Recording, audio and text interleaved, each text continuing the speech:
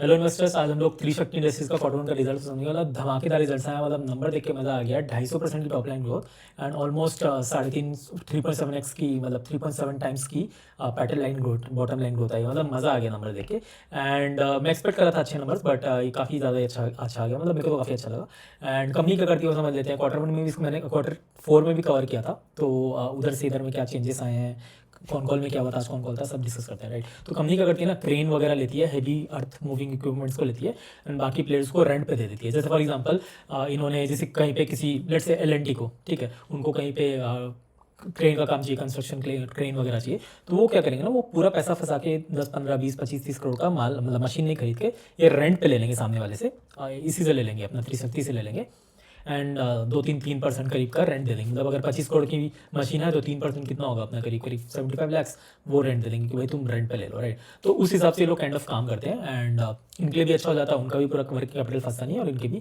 Kind of fundings हो जाती है, राइट। एंड इनका खर्चा क्या लगता है कि एक बार जो भी खर्चा लगा वो, और उसके बाद मतलब ये तो लीज पे मतलब जो भी माल ये लोग खरीदते हैं त्रिशक्ति इंडस्ट्रीज लोग, ये लोग तो बैंक से लोन लेके और ये सब लेके करता है, राइट। तो इनका खर्चा आता है, जो अपना इंटरेस्ट लगता है, ब्याज लगता है वो, एंड जो भी डाउन पेमेंट लगता है वो सब लगता है, राइट। एंड डिप्रिशिएशन मिलती रहती है, राइट। तो ये इनका काइंड ऑफ बिजनेस मॉडल अपना हो जाता है।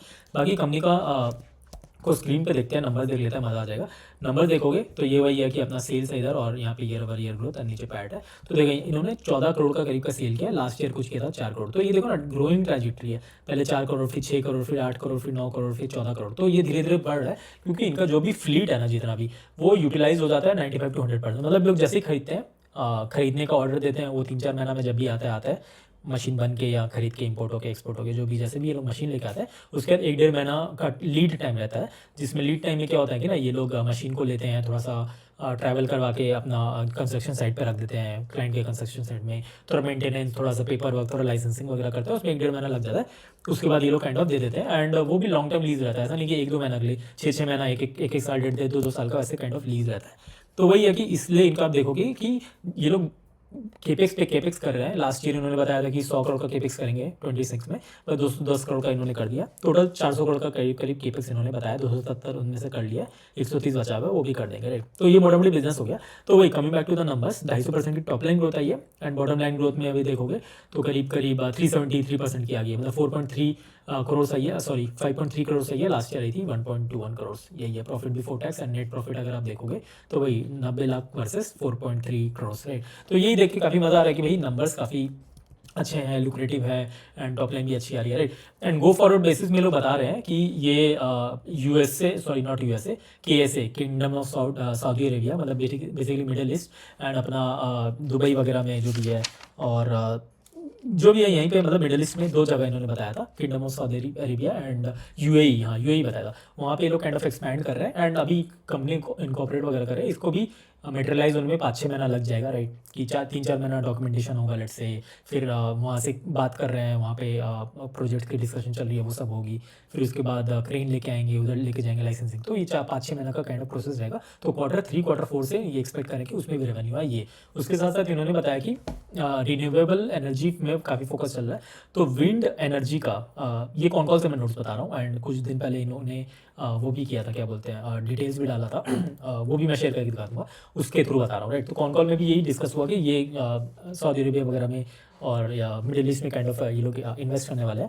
उसके साथ साथ इन्होंने बताया था कि ये अपना रिन्यूएबल एनर्जी में, विंड एनर्जी में अभी पूरा मार्केट फ्लडेड है 800 मेगावाट या 800 टन का काइंड ऑफ मशीन से, एंड वो 3.2 गीगाहर्ट्ज़ या मेगावाट्स का काइंड ऑफ कैपेसिटी में चलता है। अब जैसे जैसे इंडिया का कैपेसिटी बढ़ रहा है, 5 गीगाहर्ट्ज़ की तरफ जा रहा है, तो उसमें 900 टन का, बेसिकली बोलने का मतलब ये कि अपने को पीएचडी नहीं करना है, अपने को इतना डिटेल्स में नहीं जाना है। बोलने का मतलब कि जैसे जैसे चीज़ें बढ़ रही है, जैसे जैसे हाई कैपेसिटी वाली टर्बाइंस वगैरह लगने वाली है, कंस्ट्रक्शन चलने वाली है, उसमें छोटे वाले जो प्लेयर्स हैं, छोटे वाले पुरानी मशीन है, वो ज़्यादा काम में नहीं आएंगे। तो ये लोग नया मशीन ऑर्डर कर रहे हैं, जिसका कॉस्ट करीब करीब 25 करोड़ के आसपास का आता है, छोटे प्लेयर्स को खरीद भी नहीं पाएंगे, राइट। तो यही इनका मोट एडवांटेज हो जाता है। यील्ड भी ज़्यादा आती है, इसमें ही बता रहे हैं। जो यील्ड मतलब रेंट पे देते हैं ना, पहले 3% की यील्ड थी, अभी 4% की यील्ड उसमें एक्सपेक्टेड है। अगेन ये भी 3-4-5-6 महीना में काइंड ऑफ मेटेरियलाइज होगा, एंड और ये लॉन्ग टर्म कॉन्ट्रैक्ट होगा, क्योंकि हैवी मशीन्स है, तो और कंस्ट्रक्शन वगैरह में चाहिए होगा, तो ये लॉन्ग टर्म कॉन्ट्रैक्ट होगा। तो ये they are kind of optimistic about it. तो ये कौन कौन में इन्होंने बताया, काफ़ी मुझे अच्छा लगा। And just to give a number, इनका अगर आप जाके देखोगे पूरे साल का, लास्ट ईयर का रेवेन्यू कितना था, आई थिंक लास्ट ईयर का revenue was in the range of 35 CR kind of, you can again watch it. हाँ, तो 28 CR करीब का था। एंड ये देखो मार्च में 28 CR का दिया था इन्होंने। एंड ये बता रहे हैं कि इस साल का इनका जो भी ये है क्या बोलते हैं ऑर्डर बुक है वो 70 to 72 CR के रेंज में है। एंड उसमें अपना EBITDA भी करीब करीब ये लोग बता रहे हैं 60 से 65% के रेंज में आ जाएगा, 60% ले लेते हैं।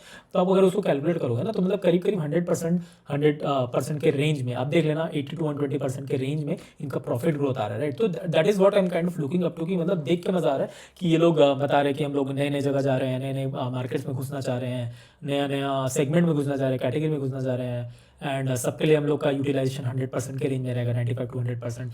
यील्ड गोइंग फॉरवर्ड में स्टेबल टू इंक्रीजिंग में ही रहेगा, क्योंकि देखो अभी जो भी पुराने ऑलरेडी बुक्ड माल है इनके, जो भी रेंटल के जो भी क्रेन्स वगैरह है, उसमें 3% की यील्ड आ रही है, राइट। गोइंग फॉरवर्ड बेसिस में 4% वाली यील्ड आएगी, बट उसमें थोड़ा सा ऑपरेशन कॉस्ट भी ज़्यादा रहेगा। तो नेट नेट लेवल पे लोग बता रहे हैं कि EBITDA सस्टेन हो जाएगा ये 60% के रेंज में।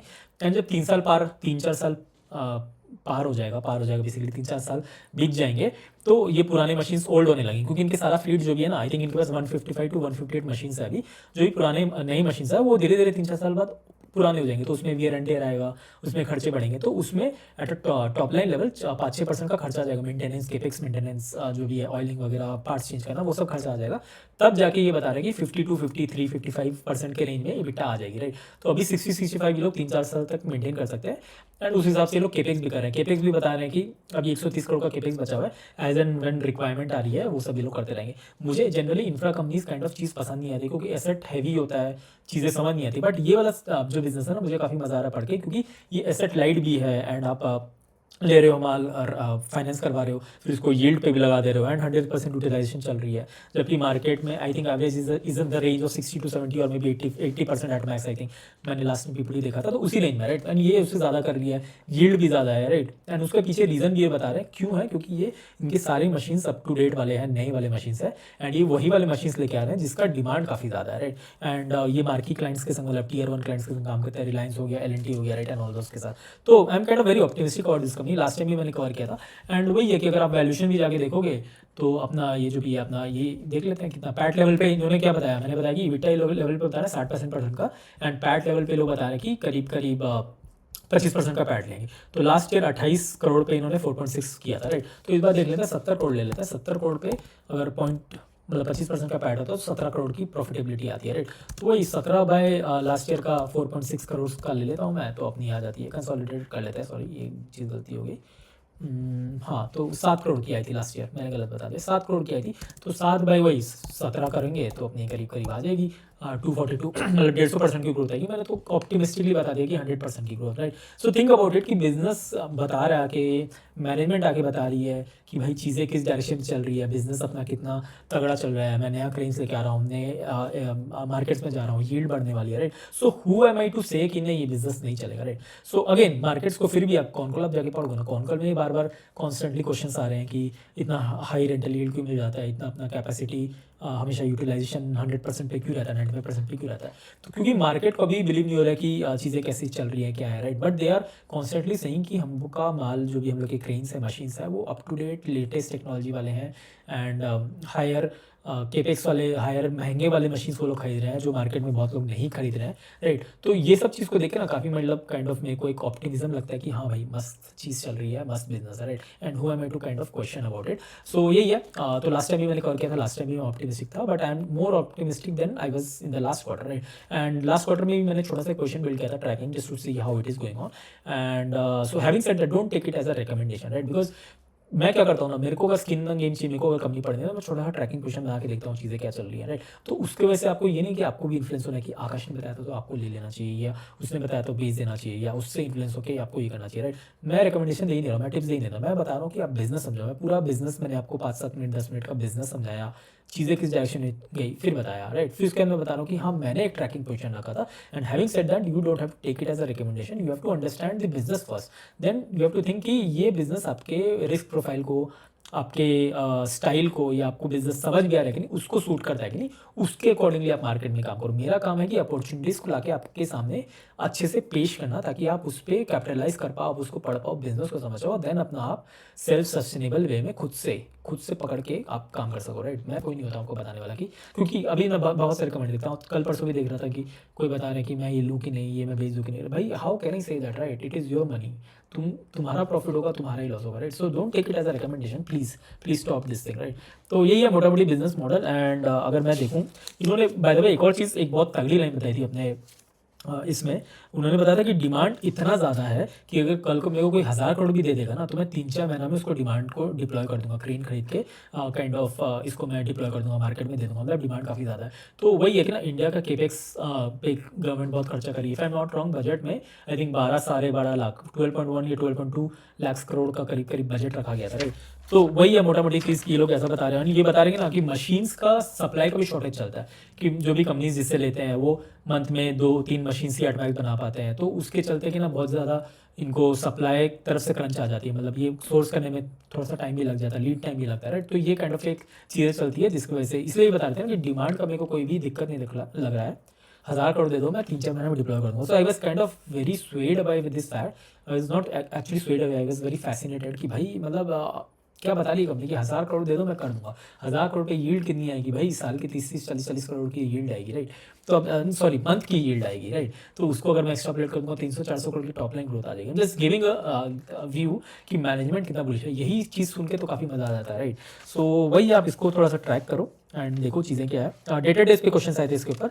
डेटेड डेज पे बता रहे थे कि 200 दिन का है, तो ये बता रहे कि ऐसा कुछ नहीं है। लास्ट टाइम इन्होंने बताया था कि वो एक डिस्प्यूट चल रहा था छोटा, जो भी ये प्रोमोटर चेंज हुआ बेसिकली कुछ टाइम पहले, तो पुराने प्रोमोटर से आना पैसा या कुछ ऊपर नीचे चीज़ चल रही थी, जिसकी वजह से एवरेज में ये 200 के ऊपर दिख रहा था। बट ये बता रहे कि मोस्ट ऑफ द पेमेंट्स इनके 60 डेज से पहले आ जाते हैं। क्लाइंट्स भी अच्छे हैं तो फिर पैसे भी जल्दी आ जाते हैं। कुछ पार्ट्स आते हैं जो कि बहुत स्मॉल होते हैं, 60 to 90 डेज या उसके ऊपर में आते हैं, राइट?